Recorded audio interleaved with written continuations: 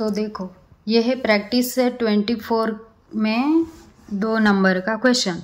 Direct numerical दिया है। हमने पहले क्या किया था, highest common factor find out किया था पहले क्वेश्चन में, और यहाँ हमें क्या दिया है, पहले नंबर दिए थे, तो यहाँ दिया है न्यूमेरिकल। तो हम सॉल्व कैसे करेंगे। इफ़ न्यूमेरिकल क्या है वो पढ़ते हैं हम पहले। If large square beds of equal size are to be made for planting vegetables on a plot of land 18 meters long and 15 meters wide. What is the maximum possible length of each bed?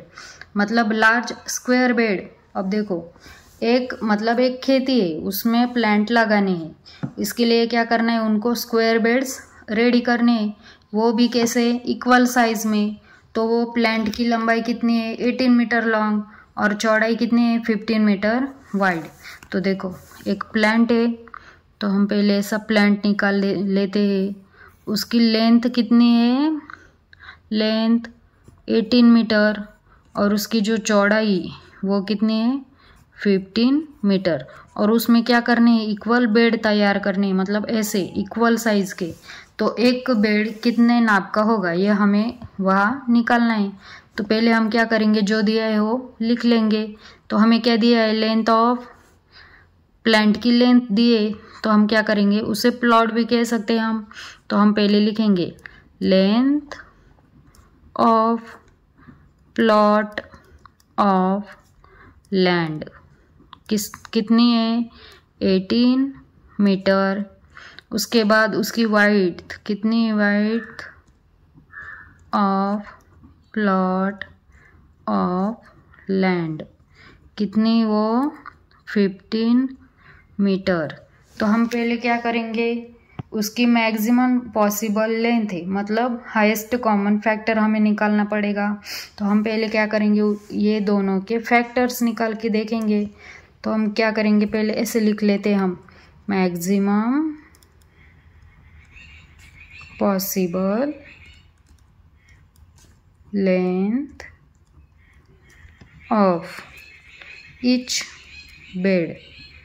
उसकी maximum possible length मतलब उसका हमें क्या करना है, highest common factor निकालना है। किसका, फैक्टर्स ऑफ 18 एंड 15। तो पहले हम क्या करेंगे, इसके फैक्टर्स निकालेंगे। तो पहले 18 के फैक्टर्स निकलते हैं, फैक्टर्स ऑफ 18 मीटर। तो देखो, पहला क्या आएगा, 1 कॉमन रहेगा। 2 से 18 को डिवाइड करेंगे तो है, 3 के टेबल में भी 18 है, 6 के टेबल में है, 7 के है क्या, नहीं, 8 के नहीं, 9 के टेबल में 18 है, 10 के नहीं है, 11, 12 ऐसा करते तो डायरेक्ट 18 के टेबल में 18 है। उसके बाद हम क्या करेंगे, किसका फैक्टर्स निकालेंगे, 15 का।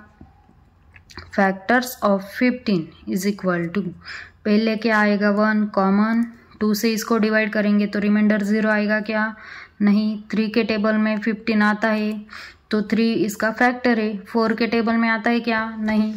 5 के टेबल में 15 आता है। उसके बाद 6 के टेबल में 15 आता है क्या, नहीं। 7, 8 ऐसा करते करते डायरेक्ट 15 के टेबल में 15 आता है, मतलब वो आखिरी फैक्टर खुद रहता है। तो देखो, अब हम क्या करेंगे, उनमें कॉमन जो है उसको निकाल लेते हैं पहले। Common factors of 18 and 15 is, कौन से है वो, 1 एंड 3। तो इसमें हाईएस्ट कॉमन फैक्टर कौन सा है, HCF means highest common factor of 18 and 15 is, highest कौन सा है, 1 और 3 में सिर्फ 3, मतलब एक जो बेड है उसकी जो हमें लंबाई निकालने को कहा है वो कितने आएगी, 3 मीटर। तो हम एक बेड 3 मीटर का होगा, तो हम आंसर कैसे लिखेंगे, the maximum possible length of each bed is 3 metre. तो हमने आंसर कैसे फाइंड आउट किया, समझ में आया। अब अगला न्यूमेरिकल क्या है सॉल्व करने के लिए, 2 रोप्स, मतलब 2 रोप्स है, one 8 meters long and the other 12 meters long are to be cut into pieces of the same length. What will the maximum possible length of each piece be? 2 ropes दिए, एक की लंबाई है 8 metre long, दूसरे की है 12 metre long, उनको equal parts में डिवाइड करना है। तो अगर हम इन दोनों को इक्वल पार्ट्स में डिवाइड करेंगे तो एक की लंबाई कितनी आएगी, ये हमें सॉल्व करना है। मतलब देखो, एक 2 रोप्स दिए ना, तो उसमें एक की कितनी लंबाई है, 8 मीटर्स बराबर, दूसरे की कितनी आएगी, 12 मीटर्स। हमें इनको इक्वल पार्ट्स में डिवाइड करना है। तो हम इसे कैसे सॉल्व करेंगे, हम पहले लिख लेते। तो हम कैसे लिखेंगे, लेंथ ऑफ रोप, पहले रोप उसे कहेंगे हम रोप 1, उसकी कितनी है 8 मीटर्स, और दूसरे लेंथ ऑफ रोप, कौन से रोप की, 2 नंबर के, उसकी कितनी है 12 मीटर्स लॉन्ग। तो अब हम क्या करेंगे, मैक्सिमम पॉसिबल लेंथ हमें निकालनी है उसकी, तो हमें उसके कॉमन फैक्टर्स निकालने पड़ेंगे पहले। तो हम देखो कैसे लिखेंगे, maximum possible length of each piece is equal to, वो किसके बराबर होगी, हाईएस्ट कॉमन फैक्टर के बराबर होगी, कौन से नंबर के, 8 एंड 12 के। तो पहले हम क्या करेंगे, फैक्टर्स निकाल लेंगे, फैक्टर्स ऑफ 8, पहले 8 के फैक्टर्स निकालते। तो 1, पहला फैक्टर कौन आएगा, 1 जो कॉमन रहता है। फिर 2 भी उसका फैक्टर आएगा क्या, हाँ आएगा, क्योंकि 2 से 8 को हम डिवाइड करते हैं तो रिमाइंडर 0 आता है। 3 से करते हैं तो नहीं, 4 से करेंगे तो हाँ 4 के टेबल में 8 आता है, 5 के नहीं, 6, 7, 8 के टेबल में 8 आता है, तो 8 भी खुद का फैक्टर है। तो अब हम आगे किसका फैक्टर्स निकालेंगे, फैक्टर्स ऑफ 12। तो देखो 12 के फैक्टर्स, पहला कौन सा आएगा, 1, उसके बाद 2 से उसको डिवाइड कर सकते हैं ना, रिमाइंडर 0 आता है, तो हाँ मतलब 2 भी उसका फैक्टर है। 3 के टेबल में 12 आता है, 4 के टेबल में 12 आता है, 5 के नहीं, 6 के, हाँ 6 के टेबल में भी 12 आता है, फिर 7 के टेबल में नहीं, 8 के, 9 के, 10 के, डायरेक्ट 12 के टेबल में 12 आता है। तो अब देखो हम क्या करेंगे, पहले इसके कॉमन फैक्टर्स लिख लेंगे, कॉमन फैक्टर्स ऑफ किसके, 8 एंड 12, इन दोनों में कौन से कॉमन है, पहला आएगा 1, उसके बाद 2, उसके बाद 4। ये 3 है कि इधर नहीं, 8 भी इसमें नहीं है, तो सिर्फ ये 3 ही उनमें कॉमन है। तो अब हम आगे कैसे लिखेंगे, हाईएस्ट कॉमन फैक्टर उसमें कौन सा है, highest common factor of 8 and 12 is, कौन सा है हाईएस्ट, 4। मतलब अगर हम उस रोप को 4 मीटर में डिवाइड करेंगे तो इक्वल लेंथ में वो सब आएंगे। तो हमें जो हमारा लास्ट वाला आंसर है वो हम कैसे लिखेंगे, the maximum possible length of each piece is 4 metre. समझ में आया हमने आंसर कैसे निकाला। तो अब हम सॉल्व करेंगे अगला न्यूमेरिकल। तो देखो हमारा अगला क्वेश्चन क्या है, the number of students of standard 6th and standard 7th who went to visit the Tadoba Tiger project at Chandrapur was 140 and 196 respectively. The students of each class are to be divided into groups of the same number of students. Each group can have a paid guide. What is the maximum number of students there can be each group? Why do you think each group should have the maximum possible number of students? मतलब दो groups students के कहाँ गए visit करने? चंद्रपुर। एक group में है 140 and एक ग्रुप में है 196 स्टूडेंट्स। तो हमें क्या कहा है उन्होंने? हमें इन दो ग्रुप को सेम क्वांटिटी में डिवाइड करना है। मतलब हर ऐसे ग्रुप हमें रेडी करने हैं जिसमें सेम क्वांटिटी हो। 140 और 196 डिफरेंट है, तो हमें क्या करना पड़ेगा? पहले 140 और 196 के फैक्टर्स निकालने पड़ेंगे, फिर हम उसमें कॉमन फैक्टर्स देखेंगे। तो देखो अब हम इसे सॉल्व कैसे करेंगे। पहले क्या लिखेंगे हम? दो स्टैंडर्ड के स्टूडेंट है। पहला स्टैंडर्ड्स कौन सा है? 6 स्टैंडर्ड के कितने वो स्टूडेंट्स? 140। उसको हमें क्या करना है? डिवाइड करना है सेम क्वांटिटी में। तो देखो फिर बाद में दूसरी कौन से स्टैंडर्ड के है? 7th स्टैंडर्ड के। वो कितने हैं? 196। उसको भी हमें क्या करना है? ऐसा डिवाइड करना है इक्वल नंबर में। तो देखो पहले हम क्या करेंगे? अब फैक्टर्स निकाल लेंगे। तो पहले हमें जो जो दिया है हम उसको लिख लेंगे। तो देखो पहले हमें क्या दिया है उन्होंने? स्टूडेंट इन 6th स्टैंडर्ड कितने? वो 140। फिर बाद में स्टूडेंट इन 7th स्टैंडर्ड। तो 7th स्टैंडर्ड में कितने स्टूडेंट है?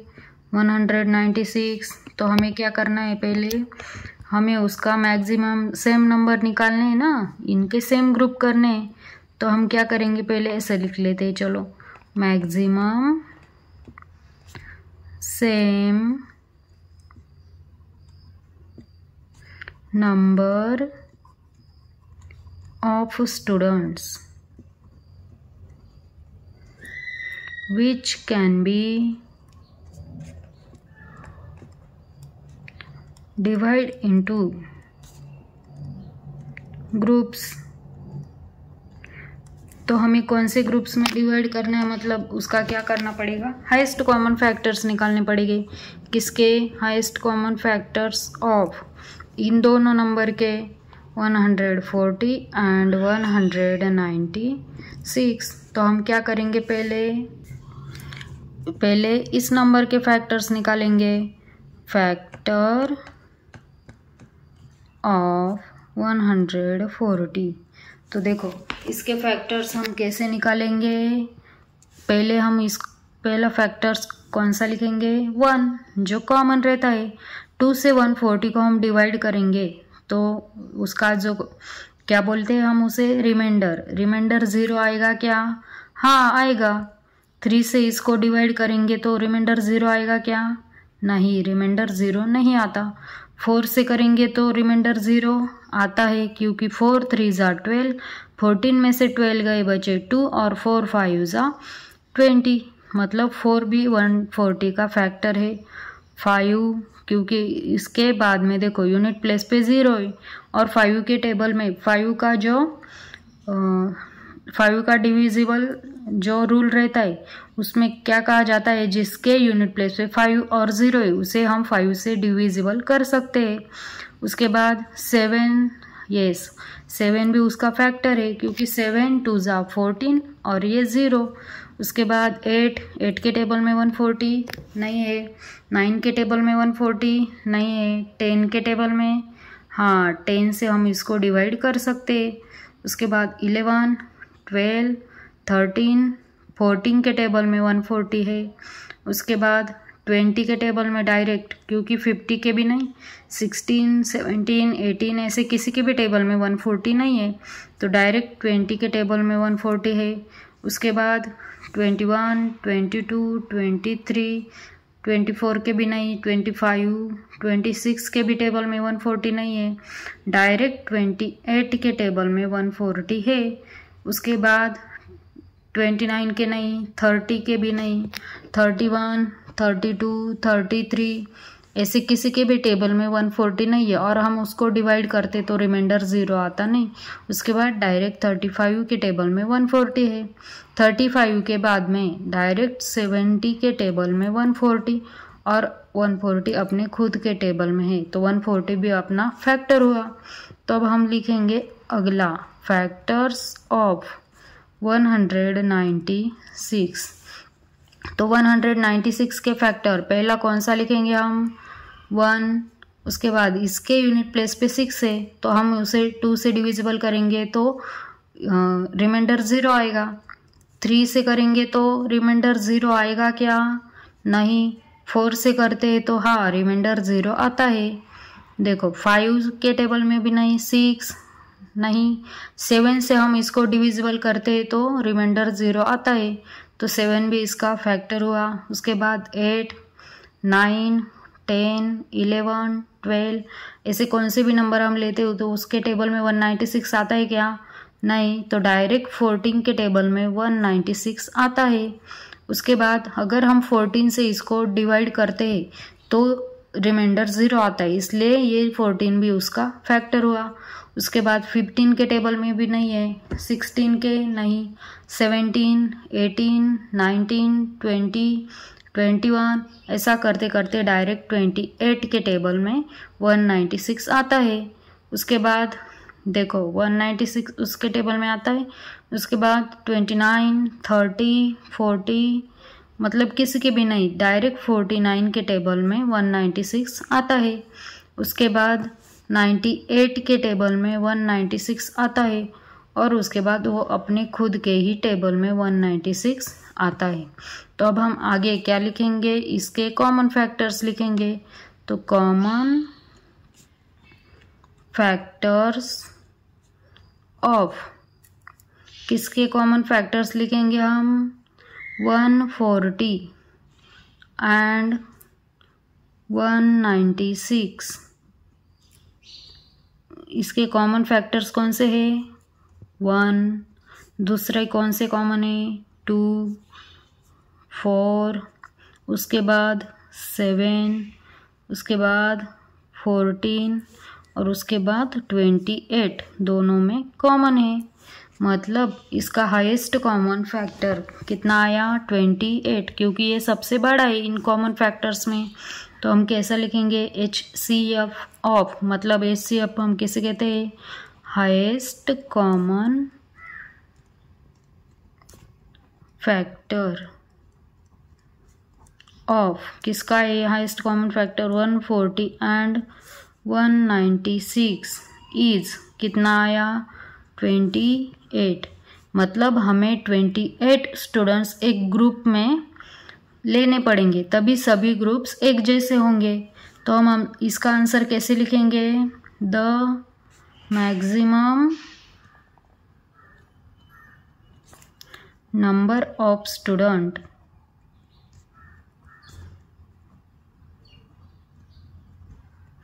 In each group is 28। मतलब हमें एक ग्रुप में 28 स्टूडेंट्स लेने पड़ेंगे। और हमें क्या करना है, गाइड को मतलब पैसे भी देने हैं, इसलिए हमें इसका हाईएस्ट कॉमन फैक्टर ही लेना पड़ेगा। जितने ज़्यादा स्टूडेंट्स हम एक ग्रुप में एक जैसे लेंगे उतना ही हमें पैसे क्या करने पड़ेंगे, कम देने पड़ेंगे। इसलिए हमने क्या किया, इधर हाईएस्ट कॉमन फैक्टर लिया है। तो हम इसका लास्ट आंसर कैसे लिखेंगे, each group should have maximum possible number of student to minimize the payment to the paid guide.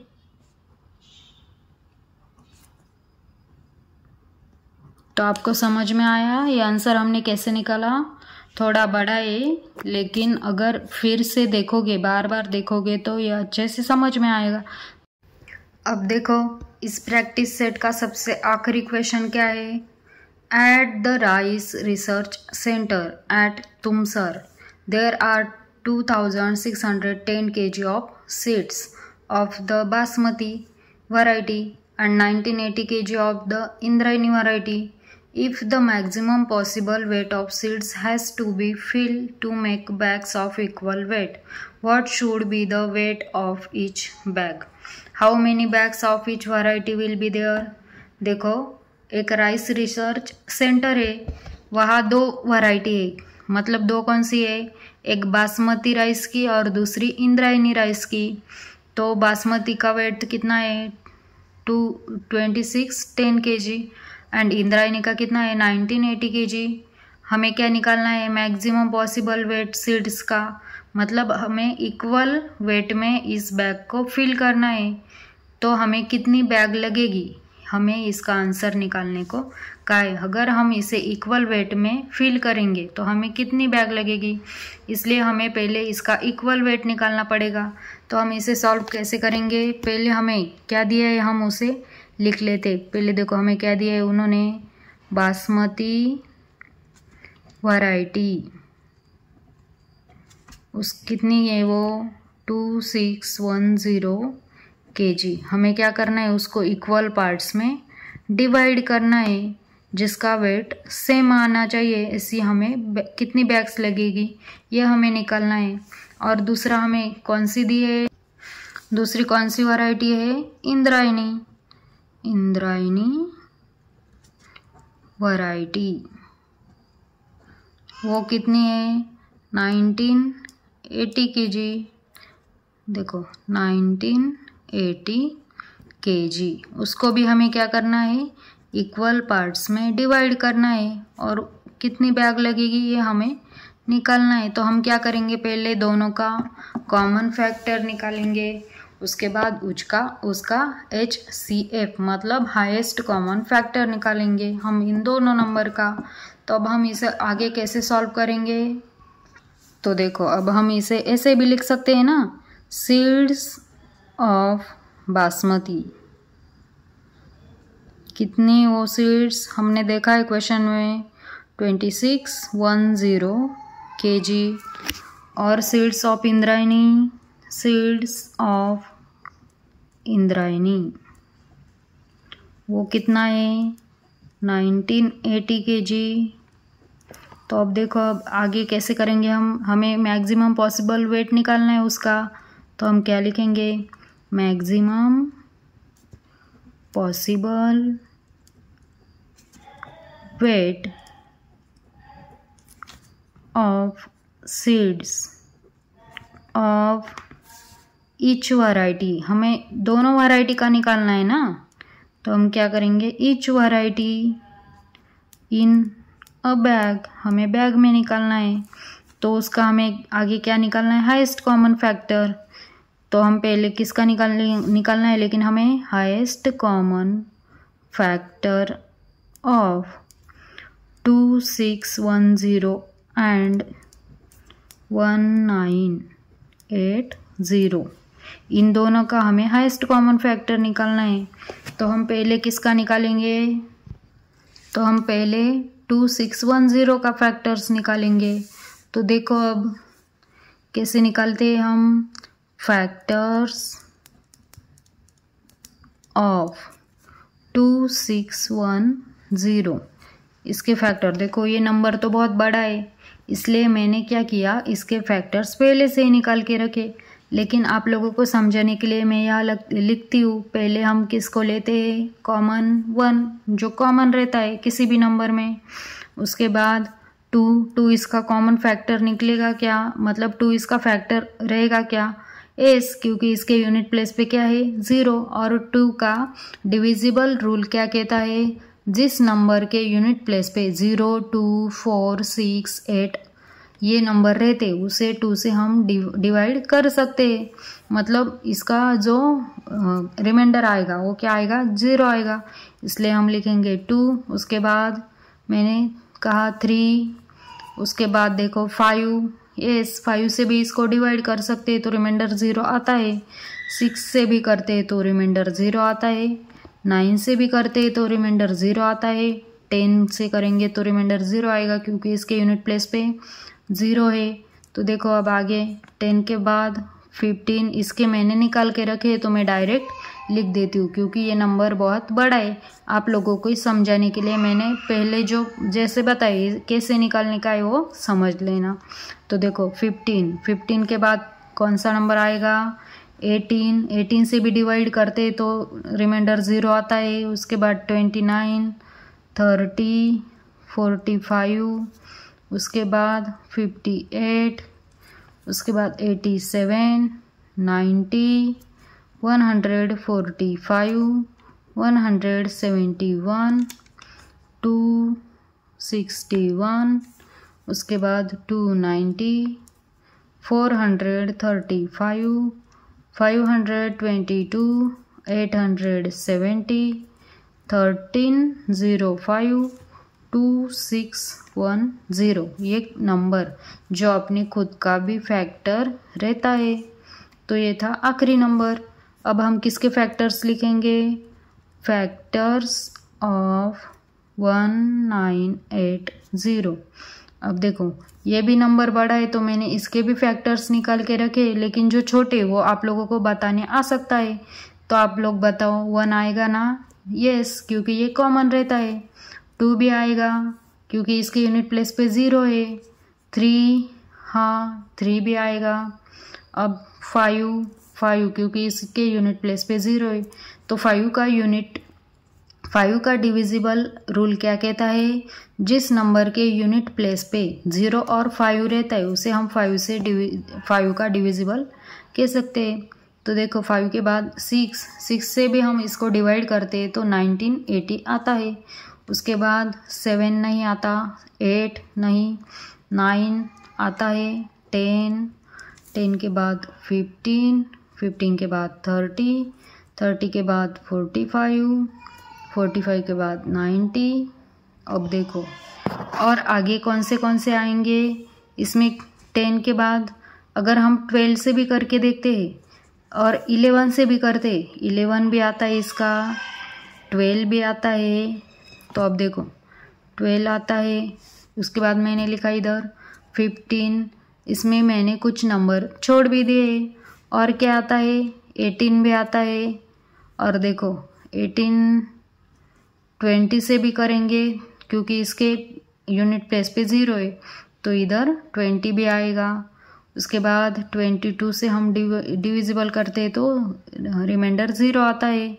उसके बाद 30 मैंने इधर लिखा है। 33 से भी हम इसको डिवाइड करते तो रिमाइंडर 0 आता है। 36 से भी करते तो भी रिमाइंडर 0 आता है। उसके बाद 44, देखो 44 से भी हम करते हैं तो भी इसका रिमाइंडर 0 आता है। और इधर मैंने 45 लिखा था, ये मुझसे रॉन्ग हो गया। 44 के बाद हम इसको 45 से भी करके देखते तो भी इसको मतलब रिमाइंडर 0 आता है तो हम इधर 45 भी लिखेंगे। 45 के बाद 55 से भी हम उसको डिवाइड करते तो भी रिमाइंडर 0 आता है। 66 से भी करते तो भी रिमाइंडर 0 आता है। 90 से करते तो भी आता है तो मैंने इधर 90 लिखा है। उसके बाद 99, 110, 132, उसके बाद 165, 180, 198, 220, 330, 396, 495, 660, 990 और 1980। तो इसके इतने कॉमन फैक्टर्स है। ये कॉमन फैक्टर्स नहीं है, ये सिर्फ फैक्टर्स है। तो देखो ये नंबर बहुत बड़ा था और ये नंबर भी बहुत बड़ा था, इसलिए मैंने क्या किया, इसके जो फैक्टर्स है वो पहले ही निकाल के रख दिए, क्योंकि हमें अगर यहाँ हम सॉल्व करते तो बहुत टाइम लग जाता। तो देखो अब हम आगे क्या करेंगे, इसके कॉमन फैक्टर्स लिखेंगे। किसके? कॉमन फैक्टर्स ऑफ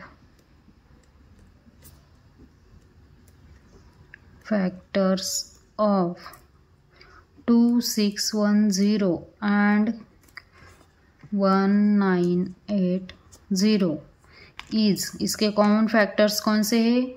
1, दोनों में कॉमन है 1, उसके बाद देखो 2, उसके बाद 3 और ये 5 कॉमन है, 3, 5 और क्या क्या कॉमन है? 6, 9 और देखो 10, दोनों में 10 भी कॉमन है।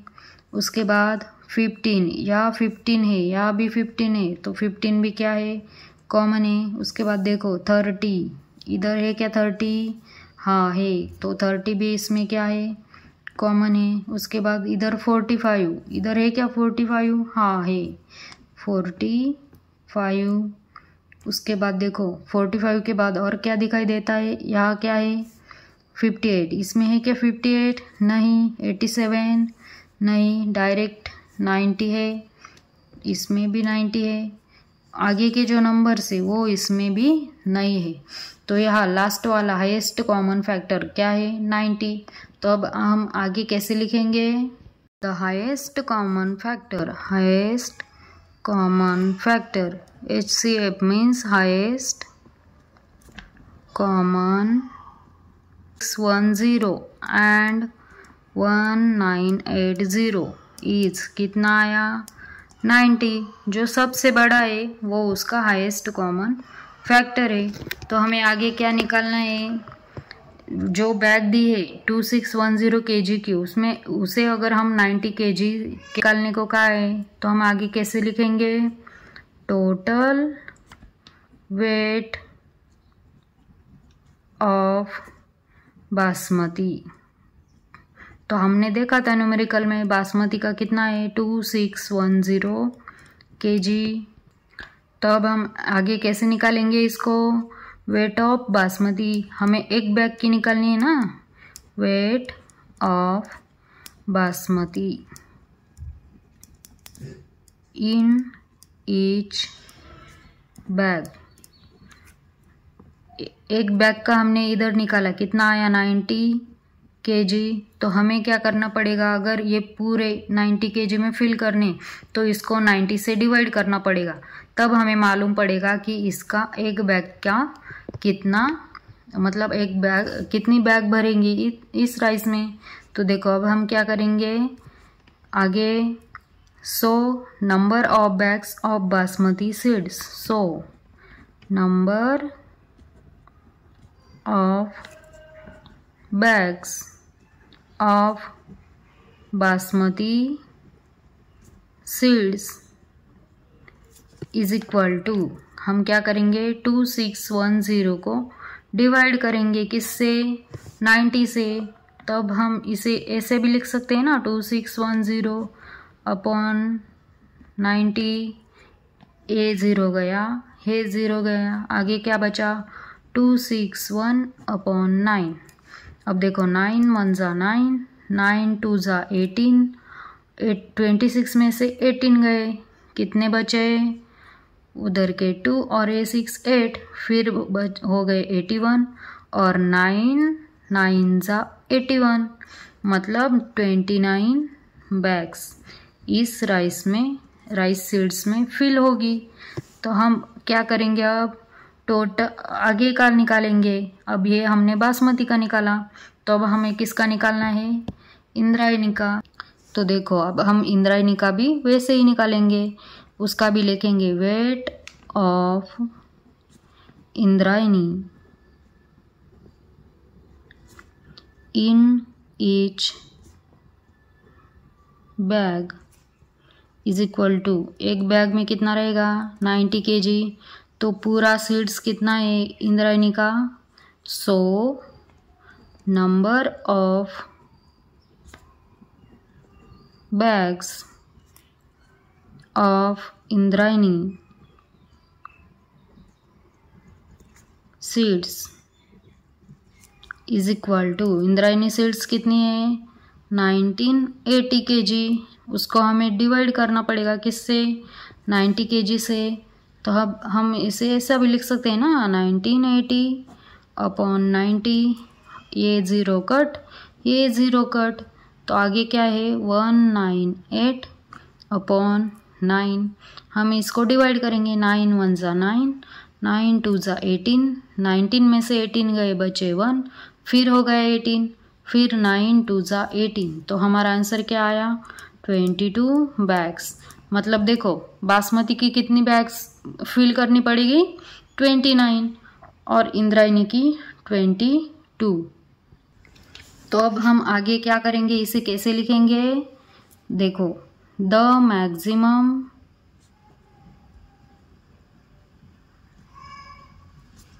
पॉसिबल वेट, हमें तो दोनों मिल गया, पॉसिबल वेट ऑफ सीड्स